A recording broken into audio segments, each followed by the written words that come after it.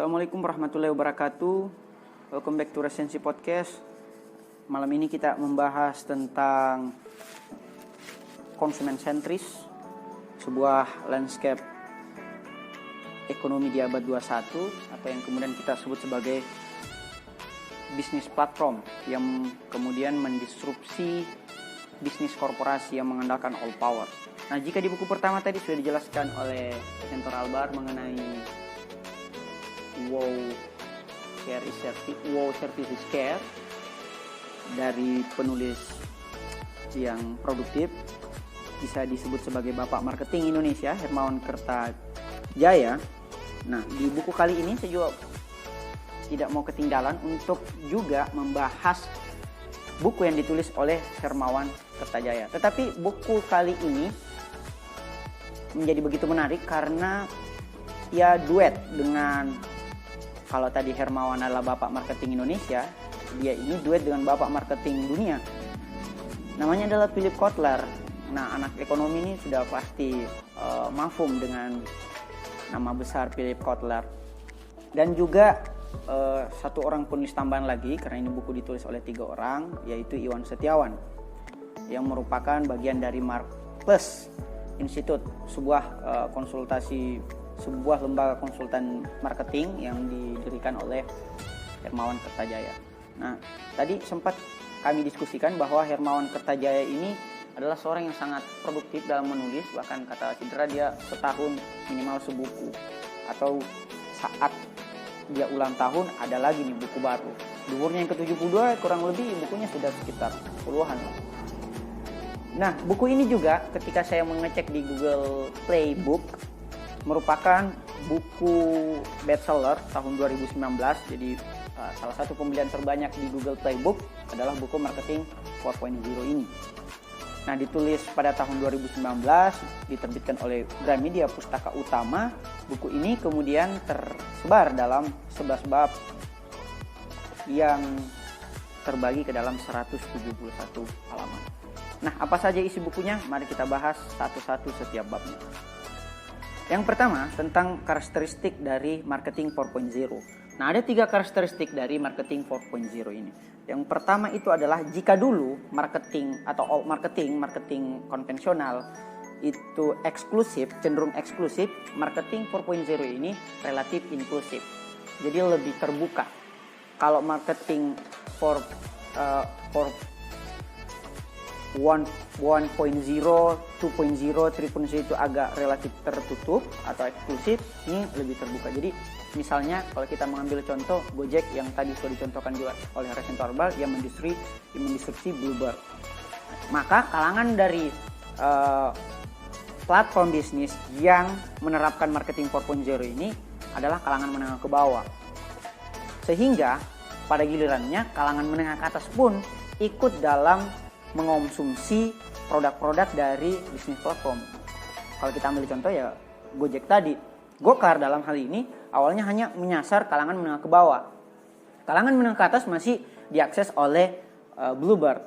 Tetapi lambat laun kalangan menengah ke atas ini juga ikut ke dalam skema yang ditawarkan oleh Gokar, sehingga terdisrupsilah Bluebird.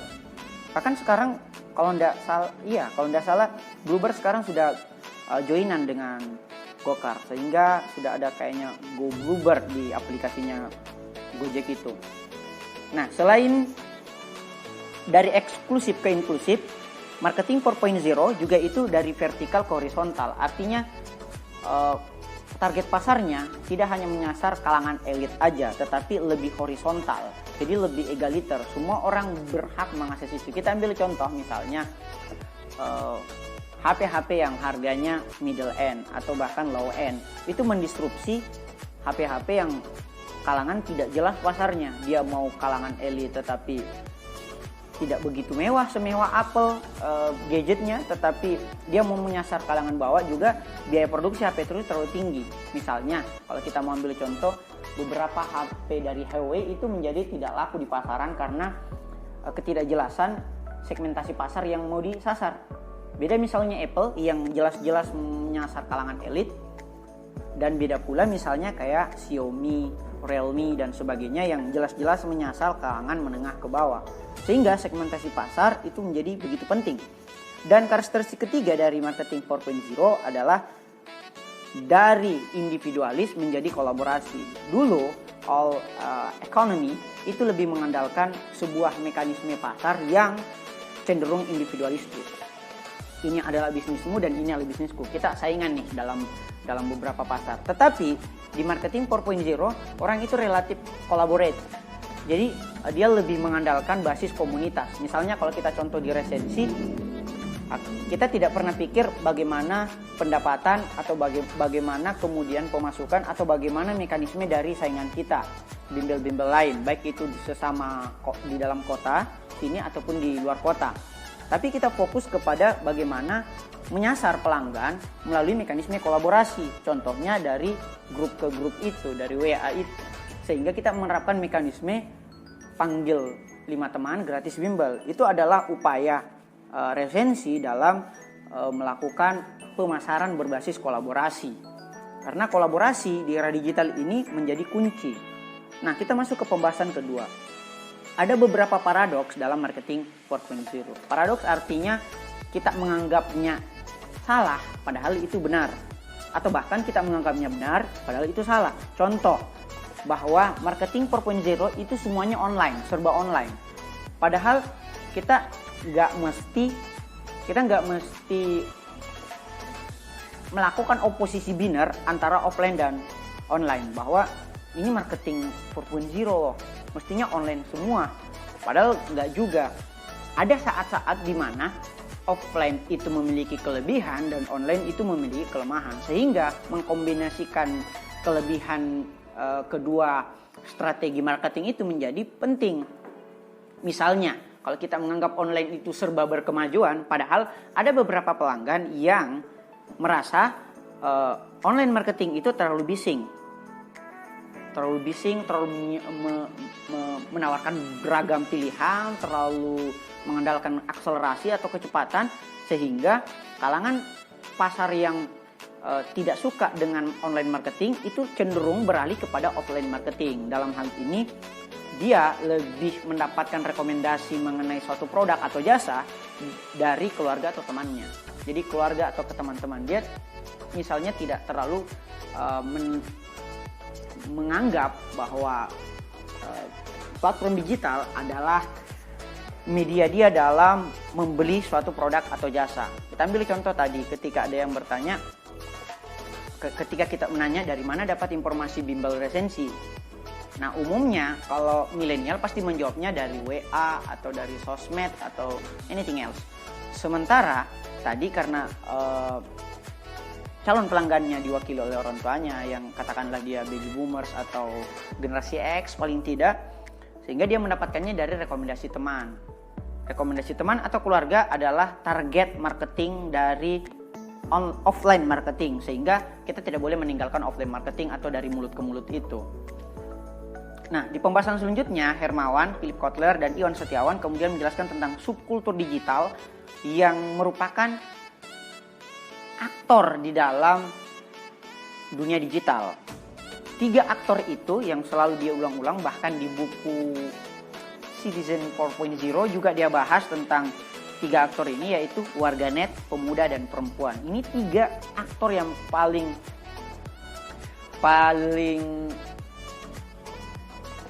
memenuhi dunia maya. Sehingga kalau mau menguasai dunia maya, silakan fokus untuk merekrut perhatian dari 3 aktor ini, yaitu pemuda, perempuan, dan warganet. Kalau kita melihat komen-komen di YouTube, IG, itu kebanyakan kalau bukan anak muda, generasi Z dan generasi Y, perempuan, sama ya warganet. Tapi warganet itu gimana sih?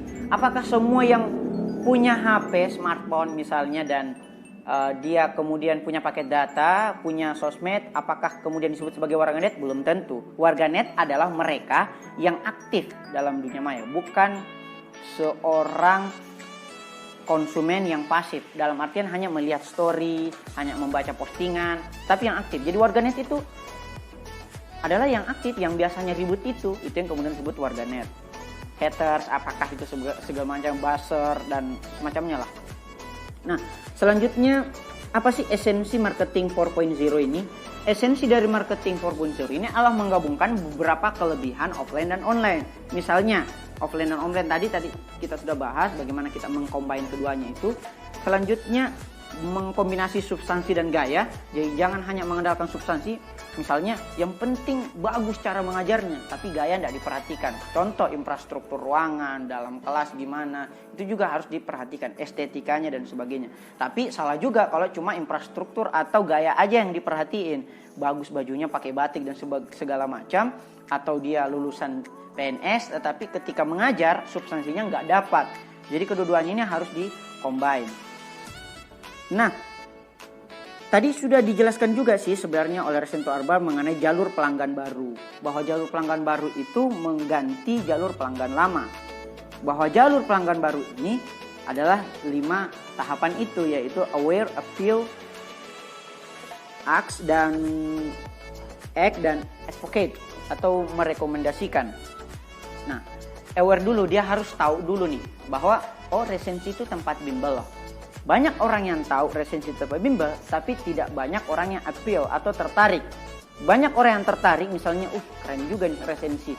Cara mengajarnya bagus, harganya murah, tapi dia belum sampai kepada tahap asking atau ask. Dalam artian, dia belum ngechat admin gitu, atau nge-DM admin kalau di IG. Nah, itu pun juga belum cukup sampai di situ, karena harus ada act atau penjualan, atau tindakan dari pelanggan itu untuk mengkonsum produk atau jasanya kita. Dan tidak cukup sampai di situ juga, harus ada advocate atau purna jual. Purna jual atau purna beli ini adalah kondisi di mana dia membeli lagi atau merekomendasikan seseorang untuk membeli. Nah, dikatakan pemasaran itu berfungsi secara maksimal ketika pelanggan itu tidak hanya membeli satu kali, atau katakanlah dia membeli satu kali tetapi merekomendasikan pembelian itu kepada teman atau keluarganya. Nah, sehingga Philip Kotler, Hermawan, dan Iwan Setiawan ini kemudian merumuskan apa yang kemudian disebut sebagai metrik produktivitas pemasaran. Semakin banyak kita melakukan atau menawarkan pembelian dan pasca beli, act dan advocate itu berarti semakin maksimal marketing yang kita lakukan. Jadi jangan bangga misalnya bulan 10 30 nih peserta kita, tetapi 30-30-nya itu tidak ada satupun yang lanjut di bulan 11. Atau bahkan 30-30-nya itu tidak ada yang merekom lembaga kita ke teman atau keluarganya. Itu menjadi pertanyaan, bagaimana cara mengukur bahwa dia tidak merekom atau dia tidak membeli? Nah, itulah yang disebut sebagai pola industri. Pola industri, saya tidak tahu kalau di buku yang Albar baca juga sudah dijelaskan bahwa pola industri itu ada 5. Berdasarkan aware, appeal, ask, and advocate itu. Yaitu pola industri gagang pintu yang banyak orang tahu tapi belum tentu tertarik membeli, apalagi merekomendasikan. Ada pola ikan emas. Pola ikan emas ini hanya sampai tertarik aja gitu, banyak yang tertarik. Jadi sebenarnya ada bagan-bagannya sih, seandainya saya buatkan PowerPoint-nya mungkin teman-teman bisa lebih ngeh. Nah, ada juga pola trompet. Pola trompet itu lebih banyak di asking-nya saja orangnya. Nah, yang paling bagus itu selain pola corong adalah pola dasi kupu-kupu, yaitu antara yang tertarik dan yang merekomendasikan itu sama banyaknya. Antara yang tertarik dan merekomendasikan sama banyaknya. Nah, esensi dari marketing 4.0 tadi dijelaskan bahwa menemukan substansi dan gaya, offline dan online, mesin dan manusia, tetapi orientasinya itu adalah haruslah pada manusia. Inilah yang kemudian kita sebut sebagai konsumen sentris. Bagaimana pelanggan itu kita manusiakan. Kalau bahasanya tadi Albar di buku sebelumnya adalah menganggapnya sebagai teman, bukan sebagai raja atau bukan hanya sebagai pembeli. Tetapi kita anggap dia sebagai teman sehingga jangka waktu relasi bisnis kita bisa menjadi begitu panjang. Kalau kita hanya anggap dia pembeli, ya sudah beli ya sudah gitu. Padahal kalau kita berbicara tentang konsumen sentris itu bagaimana pelanggan menjadi pusat dari bisnis kita. Nah, terus bagaimana sih cara memasarkan konten di platform digital? Kalau kata Hermawan ada 3 aspek itu, yaitu bagaimana cerita itu kemudian kita kemas dengan konten yang menarik, kemudian gunakan tagar. Nah, satu yang kurang di marketingnya kita selama ini, specifically di IG, itu kita tidak gunakan tagar. Padahal tagar itu sebuah filter bubble dari IG yang memudahkan pencarian. Nah, sehingga jika selanjutnya nanti next kalau kita memposting di IG itu harus gunakan tagar. Tagar itu penting. Nah, selain di konten IG, WA, kita juga harus mengembangkan apa yang kemudian disebut sebagai pemasaran omnisaluran. Omnisaluran artinya jangan hanya mengandalkan IG atau WA atau seluruh platform digital. Nah, kecenderungan dari bisnis-bisnis yang sukses adalah mereka menerapkan omnisaluran. Artinya dia lihat di TV, misalnya ada iklan di TV, iklan katakanlah apa ya, Shopee misalnya Ronaldo itu ada di TV, ya ada juga di IG, iklan Shopee ini ada juga di YouTube. Itu namanya omnisaluran. Jadi seluruh saluran dia berdayakan, karena tidak semua segmentasi itu berada pada satu saluran yang sama. Milenial misalnya pasti lebih banyak di sosmed, tetapi baby boomers itu lebih banyak di TV.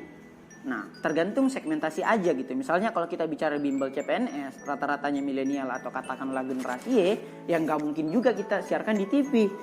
Even itu manakala TV yang skopnya lokal, agak tidak tepat sasaran, sehingga kita melihat dulu apa segmennya dan apa saluran yang kita gunakan. Dan terakhir adalah bagaimana pemasaran itu dilibatkan. Bahwa pemasaran dilibatkan itu banyak sekali celah yang bisa kita gunakan, yang kita bisa manfaatkan selain tadi TV, YouTube, sosmed, dan terakhir adalah gamification. Bagaimana menerapkan pola-pola yang ada di game itu masuk ke dalam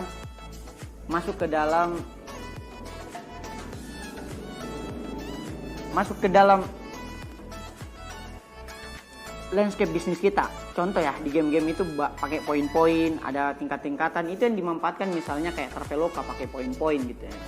5 perjalanan dapat 10 poin, dan dikumpulkan poin akan dapat bonus apa gitu. Itu adalah metode gamification yang baik untuk dijadikan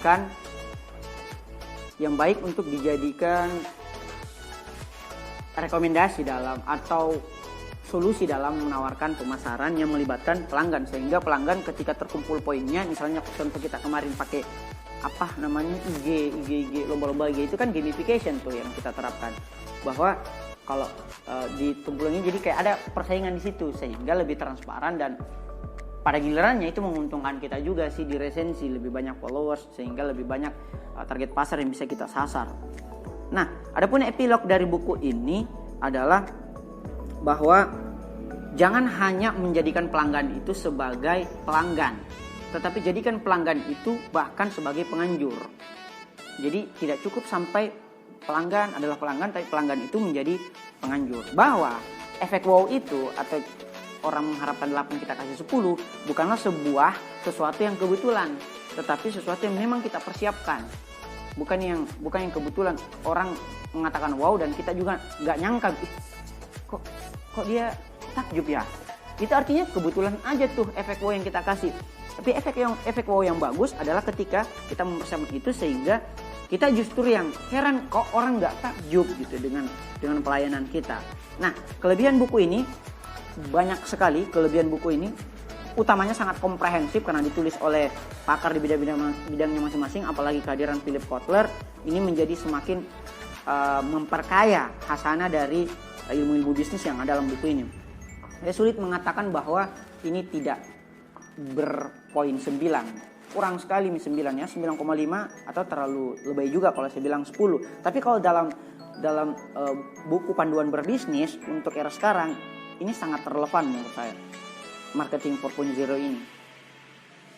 Salah satu alasan saya mengapa mengatakan ini sangat relevan dan komprehensif adalah tipisnya buku, cuma sekitar 171 halaman, tetapi resensi yang saya buat untuk buku ini itu sekitar 1.600. Itu artinya saya kesulitan untuk memilah-milah mana yang tidak penting dari buku ini, karena begitu penting buku ini, banyak ilmu-ilmu baru yang saya pribadi dapatkan. Tapi tentu karena ini resensi harus kita mereview atau mengkritik. Kritiknya mungkin hanya karena beberapa pengulangan materi yang juga sudah saya dapatkan di buku lainnya. Misalnya tadi di buku Hermawan Citizen 4.0, di buku Wow Leadership, ataupun buku yang tadi dipaparkan oleh Recentu Albert. Tapi overall ini sangat recommended untuk dijadikan buku panduan dalam berbisnis. Terima kasih, sekian dulu dari resensi podcast kali ini. Wassalamualaikum warahmatullahi wabarakatuh.